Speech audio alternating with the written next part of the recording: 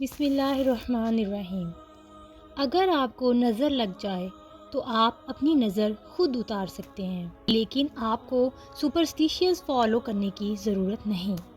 نظر اتارنے کا صحیح طریقہ یہ ہے کہ رات کو سونے سے پہلے سورۃ الاخلاص، سورۃ فلق اور سورۃ الناس کو 3 بار پڑھ کر اپنے اوپر پھونک لیں۔ رسول کریم صلی اللہ علیہ وآلہ وسلم کی سنت ہے یہ، اور ایسا کرنے سے ہر طرح کی بری نظر، حسد کی نظر اور کالے جادو سے بچا جا سکتا ہے۔ آیت الکرسی پڑھیں، کیونکہ جو بھی آیت الکرسی پڑھتا ہے اللہ تعالیٰ اسے خود پروٹیکٹ کرتے ہیں اور اپنی حفظ و امان میں رکھتے ہیں۔ سورۃ البقرہ کی آخری 2 آیات پڑھیں۔ جس گھر میں کبھی سورۃ البقرہ کی آخری 2 آیات پڑھی جاتی ہیں اس گھر میں شیطان داخل نہیں ہو سکتا۔ نظر اتارنے کے لیے ایک خاص دعا بھی ہے جس کو آپ پڑھ سکتے ہیں۔ آپ کو کوئی بھی چیز نقصان نہیں پہنچا سکتی جب تک اللہ نہ چاہے۔ اللہ تعالیٰ ساری مخلوق سے زیادہ پاورفل ہیں۔ اللہ تعالیٰ is our protector and he will protect us.